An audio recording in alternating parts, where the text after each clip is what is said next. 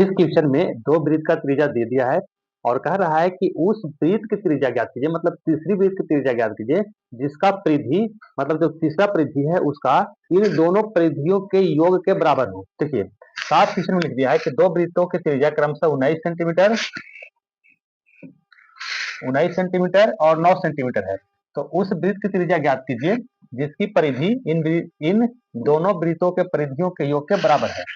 तो अब हमको कुछ नहीं करना है, बहुत ही सिंपल मैथ है और देखिए इसको हम बनाते हैं बहुत ही आसान तरीका से। तो वृत्त की त्रिज्या देखिए बड़ा एक वृत्त है तो एक वृत्त का त्रिज्या मान लेते हैं R1, R1 का मान दिया है 19 सेंटीमीटर और एक वृत्त और है जिसका मान लेते हैं हम R2।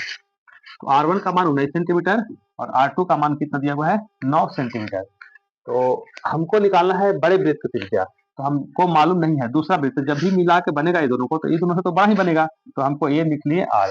अब बताइए कि बड़ा वृत्त की त्रिज्या हमको मालूम नहीं है और परिधि से निकालना है क्योंकि परिधियां ही योग के बराबर है। तो देखिए क्या लिखेंगे, बड़े वृत्त की परिधि तो क्या हो जाएगा, वृत्त की परिधि है 2 पाई r, वृत्त की परिधि क्या होती है 2 पाई r, तो बड़ा वृत्त है तो बड़ा r लिखेंगे, है ना, बराबर ये जो इस वृत्त का परिधि है इन दोनों के परिधियों के योग के बराबर है, यानी कि 2 पाई r1 प्लस 2 पाई r2 के बराबर है। देखिए ये 2 पाई तो 2 पाई r तो यहाँ भी कॉमन है ना, यहाँ भी है। अब यहाँ भी 2 पाई कॉमन है, यहाँ भी 2 पाई कॉमन है। बोलिएगा सर r भी कॉमन है, नहीं r का मान अलग अलग है, अगर एक ही रहता तब कॉमन था। तो 2 पाई को कर दीजिए बाहर, यहाँ बच गया r1 प्लस r2। ठीक है 2 पाई से 2 पाई कट गया, यानी कि बड़ा r बराबर r1 का मान कितना 19 और r2 का मान कितना 9।